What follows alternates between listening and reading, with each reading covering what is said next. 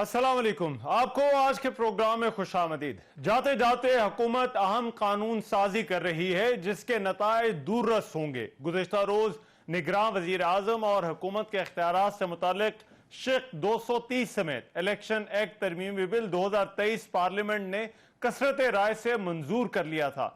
Act में तरामीम के जरिए निगरान हुकूमत को रोजमर्रा के साथ साथ हंगामी नोयत के मामलात को देखने का इख्तियार भी हासिल होगा।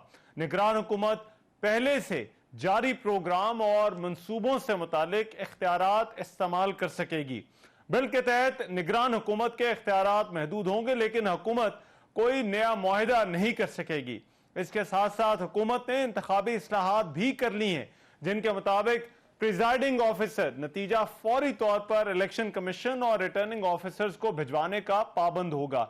प्रिजाइडिंग ऑफिसर के पास इलेक्शन नताइज के लिए अगले दिन सुबह 10 बजे तक की डेडलाइन होगी। इलेक्शन एक्ट के तहत गफलत पर प्रिजाइडिंग और रिटर्निंग अफसर के खिलाफ फौजदारी कार्रवाई भी की जा सकेगी। हल्का बंदियां रजिस्टर्ड वोटर्स की मुसावी तादाद की बुनियाद पर की जाएंगी। हल्का बंदियों का अमल इंतखाबी शेड्यूल के ऐलान से 4 माह पहले मुकम्मल होगा।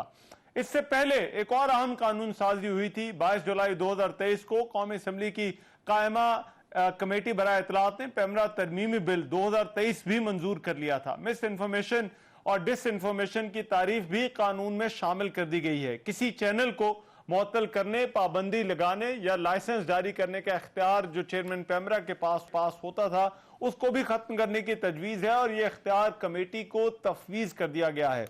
आज भी सेनेट इजलास में वजीर दिफा ख्वाजा आसिफ ने पाकिस्तान आर्मी एक्ट 1956 में तरामीम का बिल पाकिस्तान आर्मी तरमीमी बिल 2023 पेश किया, जिसे ऐवान ने कसरत राय से मंजूर कर लिया। बिल के मुताबिक फौज के खिलाफ नफरत फैलाने पर 2 साल तक कैद और जुर्माना होगा।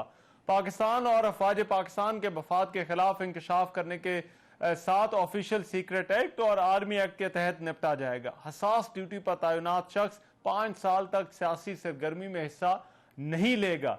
सियासी सरगर्मी में हिस्सा लेने पर पाबंदी के खिलाफ जो इसकी खिलाफ वर्जी करेगा उसे 2 साल तक सजा होगी। पार्लिमानी तारीख की ये तेज तरीन कानून साजी में पीडीएम हुकूमत ने पीटीआई का रिकॉर्ड भी तोड़ डाला है। एक्सप्रेस न्यूज के मुताबिक बिना कोरम कम वक्त में हुकूमत ने 1 घंटे में 29 बिल मंजूर करके पार्लिमानी तारीख का नया रिकॉर्ड बना डाला है। अब ये जो कानून साजी हो रही है, क्या हुकूमत जल्दबाजी में सियासी मफादात के लिए कानून साजी कर रही है? इस कानून साजी का मकसद क्या है, या वाकई इन इस्लाहात की कानून के अंदर जरूरत है? इस पर प्रोग्राम में आज सबसे पहले जो है वो बात होगी। इस पर बात करने के लिए मेरे साथ मौजूद होंगे हैदर वहीद साहब, माहिर कानून हैं, अहमद अवैस साहब एडवोकेट जनरल पंजाब रह चुके हैं, और जहांगीर जदून साहब एडवोकेट जनरल इस्लामाबाद मेरे साथ प्रोग्राम के हिस्से में मौजूद होंगे।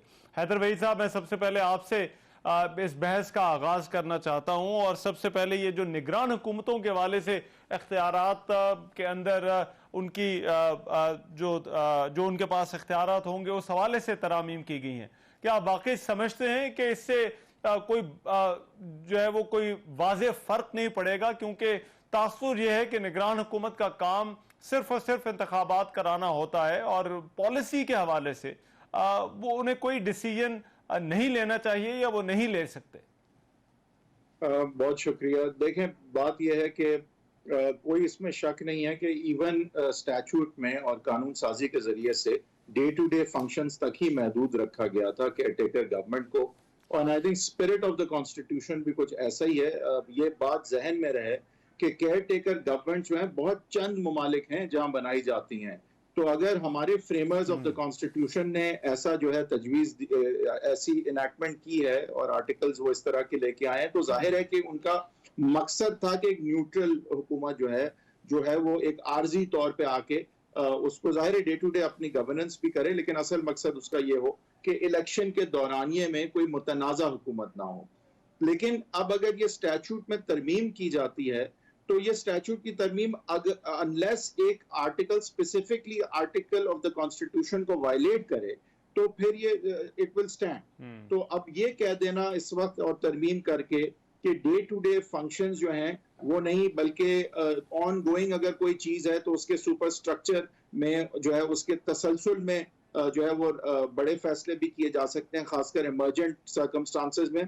तो इसमें मेरे नहीं ख्याल के कोई कबाहत है, मेरे ख्याल से कोई इसमें आईनी कतगन भी नहीं है। हालांकि स्पिरिट ऑफ द कॉन्स्टिट्यूशन के शायद थोड़ा सा मुतनाज़ा हो, बट क्योंकि अगर कानून साजी कोई स्पेसिफिक आर्टिकल को स्पेसिफिकली वायलेट ना करे तो फिर उस सूरत में कानून साजी अनकॉन्स्टिट्यूशनल डिक्लेयर नहीं हो सकती। तो मेरे ख्याल से इलेक्शन एक्ट की तरमीम, खासकर ये जो इम्पोर्टेंट वाली है, जो कि इजाफी चार्ज देती है, ताकत देती है हुकूमत को, केयरटेकर गवर्नमेंट को, आई थिंक दैट्स कॉन्स्टिट्यूशनल। मेरा नहीं ख्याल कि उसमें कोई। लेकिन क्या ये तारीफ, हैदर वही साहब, क्या ये तारीफ कहीं की जा सकेगी कि कौन सा मामला हंगामी नौयत का होगा और कौन सा मामला इस निगरान हुकूमत के परव्यू के अंदर आएगा जिस पर वो कोई फैसला ले सकती है?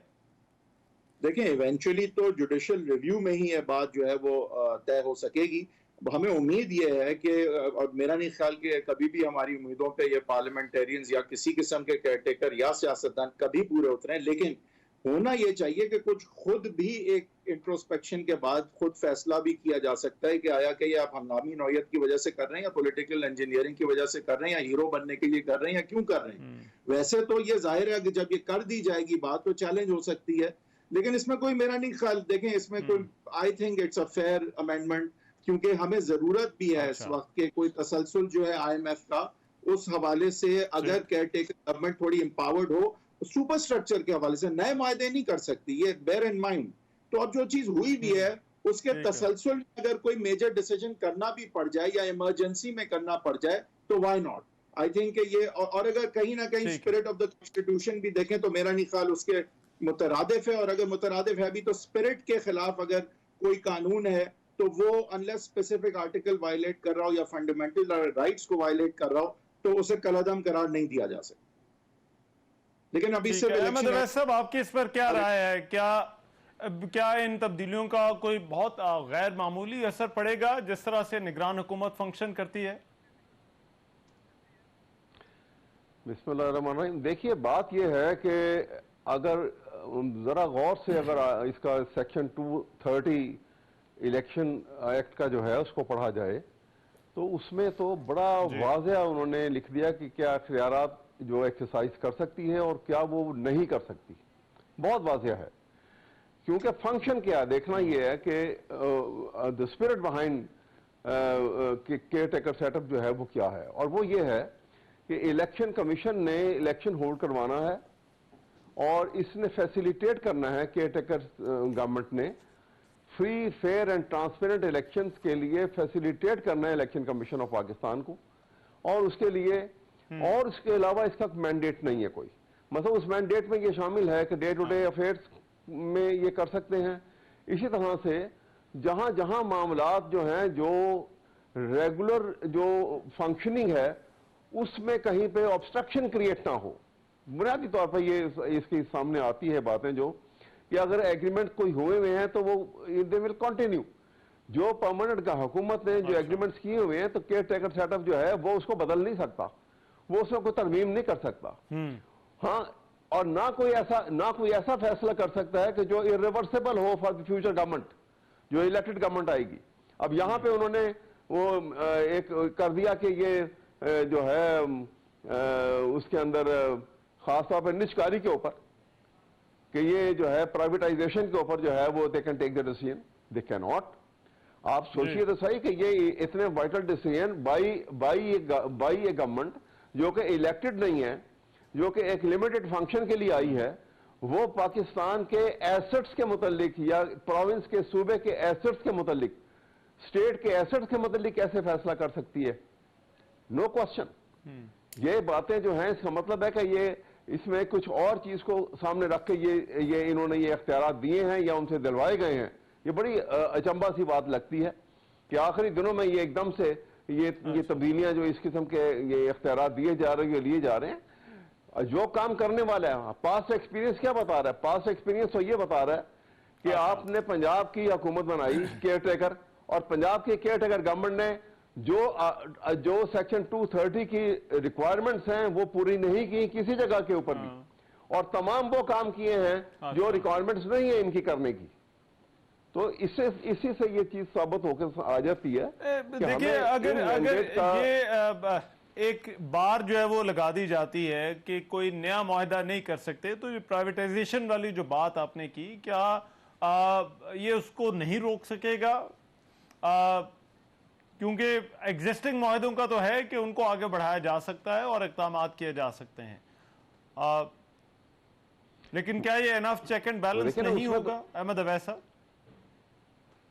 नहीं साहब, ये देखिए ना कि जैसे आईएमएफ का एक मसला है, आईएमएफ ने जो एक फैसला हो गया, एक गवर्नमेंट के दरमियान एक हो गया उसका, अब वो चल रहा है। अब ये केयर टेकर सेटअप जो है वो उसको उसमें कोई तरमीम करने के मजाज तो नहीं है ना, दे कांट डू इट। ये प्रोसेस चल रहा है, उसको चलता रहने देंगे। मैंडेट देखना है कि उसका 60 डेज या 90 डेज का उसका मैंडेट है काम करने का, उसमें उसने फोकस करना है कि फेयर एंड ट्रांसपेरेंट इलेक्शन हो ताकि लोगों में कॉन्फिडेंस बहाल हो। ये सबसे ज्यादा जरूरी चीज ये है कि इलेक्शन का स्पिरिट फेल हो जाती है कि अगर ये तासुर आ जाए कि ये रिग किए गए हैं या किसी को फैसिलिटेट किया गया है या किसी को नुकसान पहुंचाया गया है या आपने इक्वल प्लेइंग लेवल जो है वो नहीं रखा आपने। आप जिस तरह अभी आप देख रहे हैं कि एक पार्टी को रोका गया है कि जी ना उसका नाम आएगा ना उसकी तस्वीर आएगी, और ये आप जिस वक्त इलेक्शन कैंपेन ओपन होगी, डेट फिक्स होगी, how can you stop it? Article 25 of the constitution की ये एक आउटराइट वायलेशन है।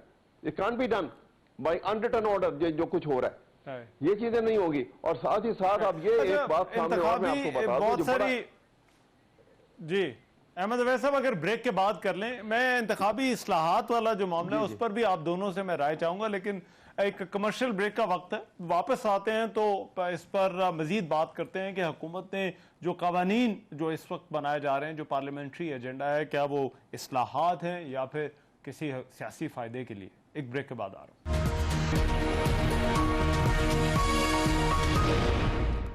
Welcome back. बात हो रही थी पार्लियामेंट्री एजेंडे के ऊपर और जहांगीर जदून साहब ने भी हमें ज्वाइन कर लिया। मैं पहले जहांगीर जदून साहब की राय जरा ले लूं, ये जो निगरान हुकूमतों के हवाले से तरमीम की गई उनके इख्तियारात के हवाले से, जदून साहब क्या लगता है आपको कि इससे कोई बहुत वाज़ेह फर्क पड़ने वाला है और क्यों जरूरत है अगर ये कानून साजी की गई है इस वक्त?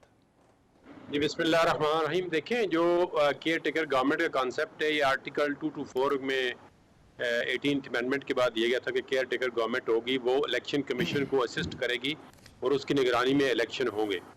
तो इसके बाद फिर एक 2013 में गालबन जो ख्वाजा आसफ साहब थे वो सुप्रीम कोर्ट में गए, उन्होंने कहा जी केयर टेकर गवर्नमेंट जो है ये ट्रांसफ़र पोस्टिंग कर रही है और अपने मैंडेट से तजावज़ कर रही है। तो फिर सुप्रीम कोर्ट में उस वक्त चीफ जस्टिस इफ्तिखार चौधरी साहब थे, तो उन्होंने फिर एक जजमेंट दी कि केयर टेकर गवर्नमेंट के फंक्शन क्या होंगे, वो डे टू डे जो फंक्शन है वो परफॉर्म करेंगे और ऐसे कोई मेजर पॉलिसी डिसीजन नहीं ले सकते या ऐसा कोई भी कॉन्ट्रैक्ट साइन नहीं कर सकते कि ऐसा कोई चेंजेस नहीं ला सकते कि जो एक इलेक्टेड गवर्नमेंट का मैंडेट है। अब इलेक्टेड गवर्नमेंट जो है वो आइन के मुताबिक इलेक्टेड होती है, आइन उसको मैंडेट देता है, वो लोगों की इलेक्टेड गवर्नमेंट और चोजन रिप्रेजेंटेटिव होते हैं, वो लोगों को रिप्रेजेंट कर रहे होते हैं। जबकि जो केयर टेकर गवर्नमेंट होती है ये स्टॉप के अरेंजमेंट होता है कि ये स्टेटस को मेंटेन करने के लिए दिन ब दिन रोजमर्रा चीजें होती हैं उसको रन करने के लिए होती हैं। तो इसके बाद जब 2017 का एक्ट आया, 2017 का एक्ट आया तो इसमें तमाम पार्टियां शामिल थी, बशमूल पीटीआई, पीएमएलएन, पीपल्स पार्टी, जितनी भी पार्टियां पार्लियामेंट के अंदर थी, इन्होंने एक कंसेंसस के साथ ये जो 2017 का इलेक्शन एक्ट है वो बनाया। तो इसके अंदर जो सेक्शन 230 थी उसके अंदर उन्होंने फंक्शन जो है डिस्क्राइब कर दिए, केयर टेकर गवर्नमेंट जो है ये वाले फंक्शन करेगी। 1, 2, 3 सारे सेक्शन के अंदर डिस्क्राइब है कि डे टू डे फंक्शन करेगी इस तरह। अब इसमें देखें, जिस तरह अभी 2 इलेक्टेड गवर्नमेंट अपनी 2 केयर टेकर गवर्नमेंट आ गई है पंजाब के अंदर और केपी के अंदर, जो भी हालात बने अब इलेक्शन नहीं हुए, तो उन्होंने अपने फिर मैंडेट जो था सेक्शन का उसके मुताबिक तो नहीं अमल कर रही। तो इस तरह एक तजस्सुस पैदा हो जाता है कि आप अगर जो निगरान हुकूमत आती है केयर टेकर गवर्नमेंट, उसको अगर लंबा करेंगे तो फिर तो वो आइन के मुताबिक जो उसके फंक्शन है वो परफॉर्म नहीं करेगी या एक्ट के मुताबिक जो फंक्शन है वो परफॉर्म नहीं करेगी। तो अभी जो इन्होंने तजावीज़ दी है कि ये बढ़ा दें, तो इसमें पार्टियां शामिल थी। मेरा नुक्ता ये है कि जो आइन का मंशा है उसके खिलाफ कोई लेजिस्लेशन नहीं होनी चाहिए, अदरवाइज तो पार्लियामेंट को अख्तियार है कि वो कानून साजी करे और कानून साजी मुकम्मल तौर पर डिबेट होनी चाहिए। राइट डिबेट होनी चाहिए और उस Right. पे मैं कमेंट जरा जो है हैदर हर वहीद साहब- पार्टी का आना चाहिए। जी जी हैदर वहीद साहब, ये जो इंतखाबी इस्लाहात की गई हैं, पिछले इंतखाबात में सबसे ज्यादा एतराज आरओज और आरटीएस का जो सिस्टम था उसके बैठने के हवाले से था। क्या यह मौका नहीं था कि उसको फिक्स कर लिया जाता? और अभी जो चेंजेस की गई हैं, आपको लगता है कि इससे ये मामलात थोड़े बेहतर होंगे? देखिए, कानून में अगर आप कोई सख्त भी कर दें कानून को, उसमें इम्प्रूवमेंट करते हैं तेरा मामलात और जो मशीनरी है सिस्टम को बेहतर समझते हुए अगर आप कोई तरमीम भी कर दें तो ये तो बात तो ये अच्छी है। लेकिन जब अमल दरामद जो है कमजोर कानून पे नहीं होने की नीयत होती और तो फिर तगड़े कानून पे भी जो है अमल दरामद उसी तरह नहीं होती और तगड़ी तरह से नहीं होती अगर कॉन्सिक्वेंसेज ना हो। बात सारी ये है कि आप इस तरह के जो है जो भी आप लॉ लेके आते हैं वो एक 50% तो वो काम करता है, बट 50% उसकी इम्प्लीमेंटेशन और अकाउंटेबिलिटी अगर आप उस पर अमल दरामद ना करें, और आज तक इस मुल्क में कभी उस तरह की अकाउंटेबिलिटी हमने देखी नहीं है। तो ठीक है, अच्छी बात है अगर कुछ उन्होंने इजाफा किया है, कम है और करना चाहिए था, लेकिन मेरे ख्याल से असल बात ये होगी कि इस पे भी अमल दरामद नहीं हुआ तो कॉन्सिक्वेंसेज क्या होंगे, कानून क्या हरकत में आएगा, क्या एंड तक लेके जाया जाएगा इलेक्शन कमीशन के भी ऑफिशियल्स को, बाकी दीगर लोगों को जो इसमें अगर मुलव्वस हुए, कोई भी हुआ, किसी पार्टी का हुआ, पोलिंग एजेंट हुआ, प्रिजाइडिंग ऑफिसर हुआ, कोई भी हुआ, तो क्या क्रिमिनल चार्जेस जो है वो जिस तरह डस्का का इलेक्शन था तो वहाँ क्रिमिनल चार्जेस के हवाले से तक एंड तक बात चली जाती है, अगर एक दफा सजाएं हो जाती जेल में अभी अगर वो लोग होते तो शायद हम ये यकीन कर सकते थे कि कानून पे अमल दरामद जो है वो होगा। अभी तो गफलत पर प्रिजाइडिंग और रिटर्निंग अफसर के खिलाफ फौजदारी कार्रवाई भी की जा सकेगी। अहमद अवैस साहब, आपको लगता है इससे कोई फर्क पड़ेगा जिस तरह से इलेक्शन की एक्सरसाइज कंडक्ट होती है? देखिए, ये असल में बात तो फील्ड में जब पोजीशन आएगी ना सामने, ये जरा आफ्टर साउंड बड़ी आ रही है, आई कांट स्पीक। अच्छा, इसको चले मैं कोशिश करता हूँ, अपनी टीम से कहता हूँ अगर इसको कुछ मैनेज कर सके। आप बात कीजिए। चलिए, मैं कर रहा हूँ। अगर मैं ये बात कहना चाह रहा हूँ आपसे कि सबसे इंपॉर्टेंट चीज ये है कि आपने कितना फेयरली और ट्रांसपेरेंट तरीके से इलेक्शन को होल्ड करवाना है और किस तरह से पाकिस्तान के अवाम का कॉन्फिडेंस जो है वो रिपोज होगा उसके साथ कि ये जो केयर टेकर सेटअप आया है इसने इम्पार्शियली ट्रांसपेरेंट इलेक्शन के लिए फैसिलिटेट किया है इलेक्शन कमीशन ऑफ पाकिस्तान को, और तमाम वो काम किए कि जिससे इलेक्शन की इम्पार्शियलिटी के ऊपर कोई उंगली ना उठा सके। ये वो बुनियादी चीजें हैं, वरना लेजिस्लेशन आप कुछ कर लें, कानून साजी कुछ कर लें और प्रैक्टिकली वहां पे उससे हट के बात करें और वहां पे ताकत का कानून इस्तेमाल होना शुरू हो जाए तो फिर मामला खराब हो जाएंगे और ज्यादा खराब होंगे। इस वजह से ज्यादा खराब होंगे कि यहाँ जो एक पोलराइजेशन बहुत ज्यादा एक्यूट हो चुकी है यहाँ पर, और इस एक्यूट पोलराइजेशन के अंदर अब वो पोजीशन ये है कि एक पार्टी को दीवार से लगाया गया है और लगाने के बाद बगैर किसी रिटर्न कानून के, इसमें there is no second opinion, ये सब इसके ऊपर इत्तेफाक करेंगे कि कानून जब तक इन रिटर्न फॉर्म में ना हो, कोई ऑर्डर अगर रिटर्न फॉर्म में ना हो तो it is no order in the eye of law. लेकिन बताएं कोई रिटर्न ऑर्डर है कि वो एक पीटीआई के चेयरमैन को आप उनकी तस्वीर नहीं दिखाएंगे, उनका नाम नहीं ले सकेंगे, उनकी तकरीर नहीं सुनाई जाएगी, बाकियों की सुनाई जाएगी। ये डिस्क्रिमिनेशन जो है ये जिस वक्त रिलैक्स होगी और इलेक्शन की डेट जब अनाउंस होगी और कैंपेन ओपन होगी तो ये इनको रिलैक्स करनी पड़ेगी, और जब ये रिलैक्स होगी ठीक है। तो लेकिन ये जो 2013 में राइट, मैं जरा ये जान के साहब से पूछ लूं, 2013 में आरोज अहमद वैसे एक मिनट दीजिएगा, मैं जरा ये उनसे पूछ लूं, 2013 आरोज का इलेक्शन कहा, उस वक्त जो इल्जामात लगे, 2018 में आरटीएस के हवाले से इल्जामात लगे, तो आपको लगता है कि ये जो अभी तब्दीलियां की जानी चाहिए थी ये इन हवालों से की जानी चाहिए थी, या वो मामलात एड्रेस किए गए हैं या होते हुए नजर आ रहे हैं आपको इन इंतखाबी इस्लाहात में? जी मुझसे पूछे हैं। जी जदून साहब, अब इसमें देखें ना, उन्होंने एक इलेक्शन का जो रिजल्ट था उन्होंने कहा जी ये आप व्हाट्सएप के जरिए जो भी इलेक्ट्रॉनिक डिवाइस आपके पास मौजूद हैं तो अगर नेटवर्किंग काम करे तो फौरन भेजें, ये तो फिजिकली इस टाइम बाउंड किए के भेजें। अब इस इशू होता है कि बाज़ औक़ात बहुत दूर दराज जो इलाके होते हैं उनसे इलेक्शन देर से पहुंचता है, फिर उसमें इलेक्शन का रिजल्ट जो होता है वो देर से पहुंचता है, तो इसमें फिर डाउट्स शुकूक शबात पैदा हो जाते हैं कि एक बंदा जीत रहा था उसको हरा दिया गया है, हराने वाले को जीतवा दिया गया है। तो इस तरह के बस इलेक्शन देखें ना, इलेक्शन की ट्रांसपेरेंसी जो है ये बड़ा सवालिया निशान होता है हर एक इलेक्शन पे। और आज दिन तक जितने भी इलेक्शन हुए हैं जो हारने वाले लोग होते हैं वो एक्सेप्ट ही नहीं करते, वो कहते हैं जी हमारे साथ धांधली हो गई। एक तो हमारी जो पोलिटिकल पार्टी है उनके अंदर टॉलरेंस लेवल बहुत कम है। जिस तरह हमारे देखें वकीलों के इलेक्शन होते हैं, साल के साल होते हैं, एक जो हारता है वो भी एक्सेप्ट करता है, जाके उनको मुबारकबाद देता है। तो हमारा अनफॉर्चुनेटली ये हिस्ट्री ही है कि इलेक्शन में 1971 के अलावा किसी इलेक्शन पे मुकम्मल एतमाद ही नहीं हुआ है कौम को, ना ही जो इलेक्शन के स्टेक होल्डर होते हैं, ना वो जो इलेक्शन में पार्टिसिपेट करते हैं, कॉन्टेस्टेंट होते हैं। जो भी हारता है या उसकी सीटें कम आती है वो कहता है जी मेरी धांधली हो गई है, मेरी सीटें इतनी थी, मैं इतने लगा के बैठा हुआ था। तो इस तरह जिस तरह RTS बैठ गया, ये हो गया वो हो गया। तो सबसे बड़ी बात यह है कि जो भी आप चेंजेस करते हैं, और इसमें इलेक्शन कमीशन ऑफ पाकिस्तान एक कॉन्स्टिट्यूशनल बॉडी है, वो बहुत बड़ा स्टेक होल्डर है, उसको भी ऑन बोर्ड लेना चाहिए कि अगर कुछ तरमीम कर रहे हैं, अगर केयर टेकर को सबसे बड़ी बात है उसको एम्पावर करें to make the election free, fair and transparent, to help the election commission.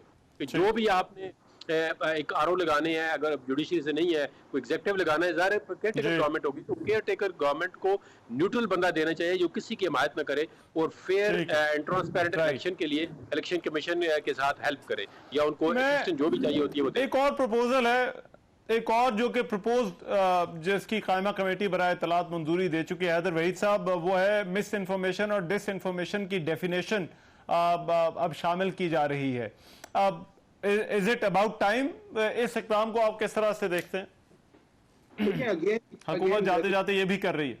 देखिए, there is no doubt that हमारे यहाँ फ्रीडम ऑफ स्पीच एक क्वालिफाइड राइट है और उसमें फेक न्यूज या मिस इन्फॉर्मेशन या डिस इन्फॉर्मेशन ये सारी चीजें ऑब्वियसली फ्रीडम ऑफ स्पीच से कवर्ड नहीं होती। यहाँ प्रॉब्लम लेकिन ये है कि ये जो एक्सेप्शंस हैं आर्टिकल 19 में, उनको अमूमन जो है वो रीजनेबल रिस्ट्रिक्शन के तौर पे नहीं बल्कि यूटिलाइज और एक्सप्लॉइट किया जाता है फ्रीडम ऑफ स्पीच को दबाने के लिए। इसलिए जो डेवलपिंग कंट्रीज होती हैं जहाँ जमहूरियत नेसेंट स्टेज पे होती है या डेवलप नहीं हुई भी होती, तो वहां पे आप you earn on the side of freedom of speech ताकि ज्यादा चीजें बाहर आए, ज्यादा बोलने का मौका हो। बेशक हमारा आईनी हक फ्रीडम ऑफ स्पीच का क्वालिफाइड है जिसमें इस तरह की कतगन लग सकती है, लेकिन इस कतगन की मद में और इसको ग्राउंड बना के जिस तरह से मामला आगे पिछले कई सालों से डेकेड से हम देखते हैं लिए जाते हैं, तो जाहिर है शकूक शुबात होते हैं कि जब आप इस तरह कतगन लगाते हैं फ्रीडम ऑफ स्पीच पे,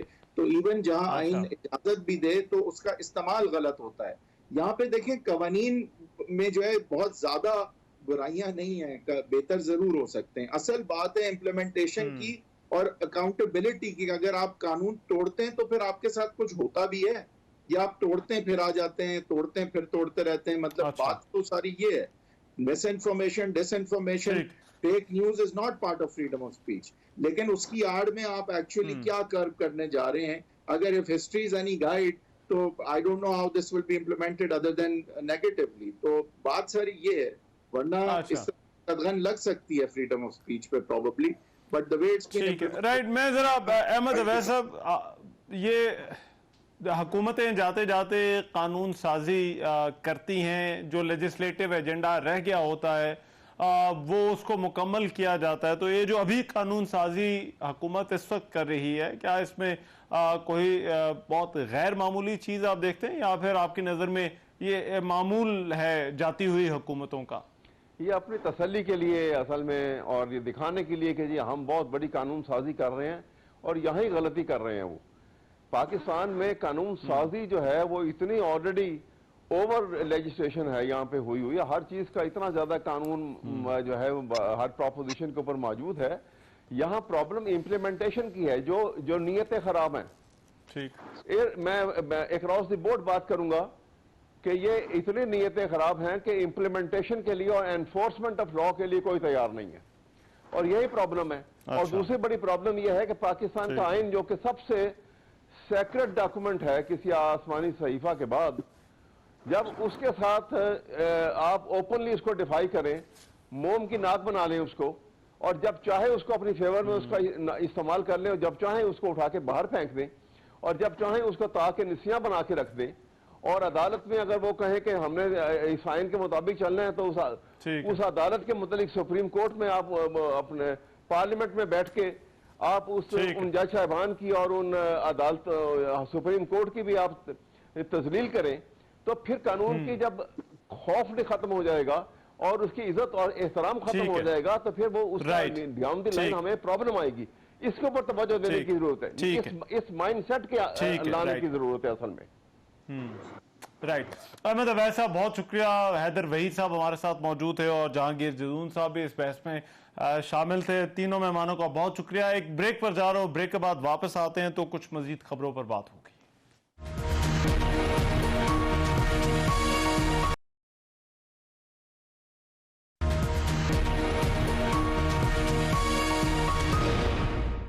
खेल के मैदानों से अच्छी खबर, पाकिस्तान ने श्रीलंका को दूसरे और आखिरी टेस्ट में एक इनिंग्स और 222 रन से शिकस्त देकर 2 टेस्ट मैचेस की सीरीज में क्लीन स्वीप कर लिया। श्रीलंका की पूरी टीम 188 रन पर ढेर हो गई। पाकिस्तान की जानिब से नुमान अली ने शानदार कारकर्दगी का मुजाहरा करते हुए 7 खिलाड़ियों का आउट किया, जबकि नसीम शाह ने 3 विकेटें हासिल की।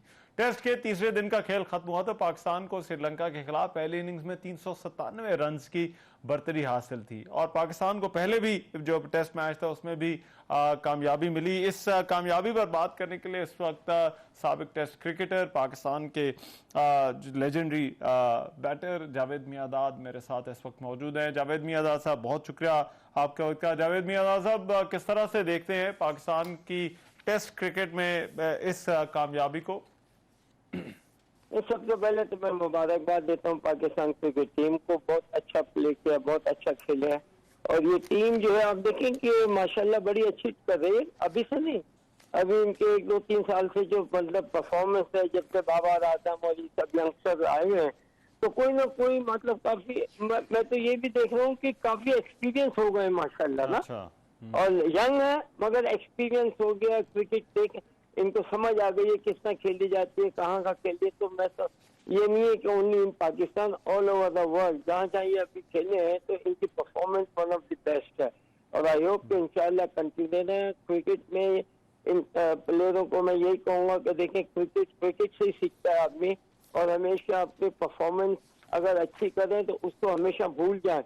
Next time again you have to start with 0, तो ऑल द टाइम बैट्समैन जो है वो 0 पे होता है, स्टार्ट करता है और उसके बाद 100 भी करता है, सारा कुछ करता है। तो मैं समझता हूँ कि टीम ने बहुत अच्छा परफॉर्मेंस किया है और बहुत अच्छा खेल रही है। और सबसे बड़ी बात यह है कि इस टीम में मैं देख रहा हूँ बड़ा कंबाइंड होकर खेल रहा है और लड़के जो है एक दूसरे को बैकअप कर रहे हैं, सारी चीजें नजर आ रही है। तो क्या करना होगा इस विनिंग स्ट्रीक को जारी रखने के लिए पाकिस्तान को? देखिए, अगर सबसे पहले प्लेयर अपने आप देखिए, इंडिविजुअल भी है क्रिकेट और कलेक्टिवली भी है। मगर इंडिविजुअल जब आप बॉलिंग कर रहे हैं इंडिविजुअल, जब आप बैटिंग करेंगे इंडिविजुअल, जब आप फील्डिंग करते हैं इंडिविजुअल, मगर जब रिजल्ट आता है वो कंबाइंड आता है। तो हर लड़के को मैं ये कहूँगा कि अपनों पर कॉन्फिडेंस रखो। ये ना सोचो क्योंकि यू आर प्लेइंग, आपने करना मैं करूँगा। इनके अंदर जज्बा ये होना चाहिए कि आज मैं इस मैच में मैन ऑफ द मैच होऊंगा। हर आदमी जो है, हर प्लेयर इस तरीके से अपने आप को मोटिवेट करे। और क्रिकेट देखिए, क्रिकेट सारी दुनिया में एक है, यानी कि वही चीजें आती हैं। कोई देखिए फास्ट बॉलर क्या करेगा, in swing, out swing, yorker, bouncer और स्लो बॉल, इसके अलावा उसके पास कुछ नहीं है। लेफ्ट आर्म स्पिनर पार करेगा, टर्न करेगा और अंदर लेके आएगा फर्स्ट ऑन मार्क का, ओनली 3 थिंग। लेकिन जावेद भाई, इसमें हमारे पास नया टैलेंट तो बड़ा आ रहा है T20 में PSL के जरिए, और PSL T20 हो भी बहुत ज्यादा रही है। टेस्ट क्रिकेट में नए टैलेंट को किस तरह से ढूंढा जाए, क्या हमारी स्ट्रैटेजी होनी चाहिए इधर डोमेस्टिक क्रिकेट में? अगर कोई प्रॉब्लम नहीं होता, आपको क्रिकेट खेलने आती है, आप क्रिकेट खेल रहे हैं, वनडे क्रिकेट खेल रहे हैं, बहुत अच्छा खेल रहा है, अब टेस्ट क्रिकेट में आएंगे वो ज्यादा आसान होती है।